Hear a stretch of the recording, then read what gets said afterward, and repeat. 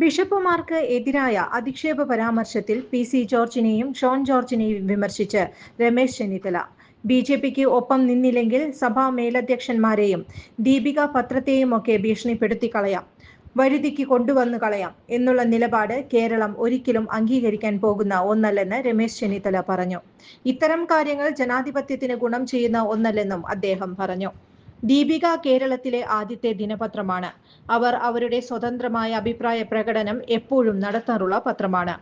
പത്രമുത്തശ്ശിയാണ് ദീപിക. അവരെ ആക്ഷേപിക്കുകയും ബിഷപ്പുമാരെ കടന്നാക്രമിക്കുകയും ചെയ്യുന്നത് ഒരിക്കലും ശരിയായ നടപടിയല്ല. അത് നിർഭാഗ്യകരമാണ്.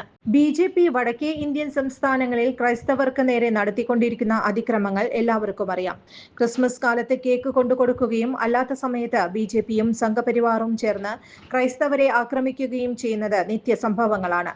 ഭീഷണിപ്പെടുത്തി വരുതിക്ക് നിർത്തിക്കളയാമെന്നുള്ള തെറ്റിദ്ധാരണ ബി.ജെ.പിക്ക് വേണ്ട, അദ്ദേഹം പറഞ്ഞു. കേരളത്തിലെ മതേതര വിശ്വാസികൾ ഒറ്റക്കെട്ടായി നിന്നുകൊണ്ട് ഇത്തരം ഭീഷണികളെ ചെറുക്കുമെന്ന കാര്യത്തിൽ സംശയം വേണ്ടെന്നും ചെന്നിത്തല പറഞ്ഞു.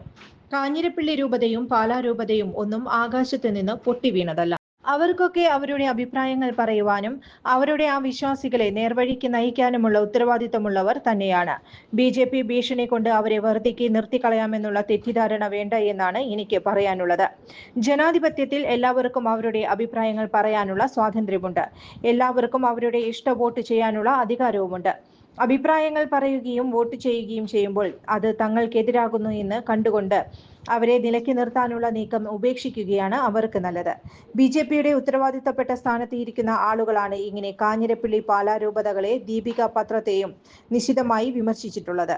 ബിസിനസ് നേർവഴിക്ക് നടത്താൻ വ്യാപാരികൾക്ക് കൂടെയുണ്ട് ത്രിധിര.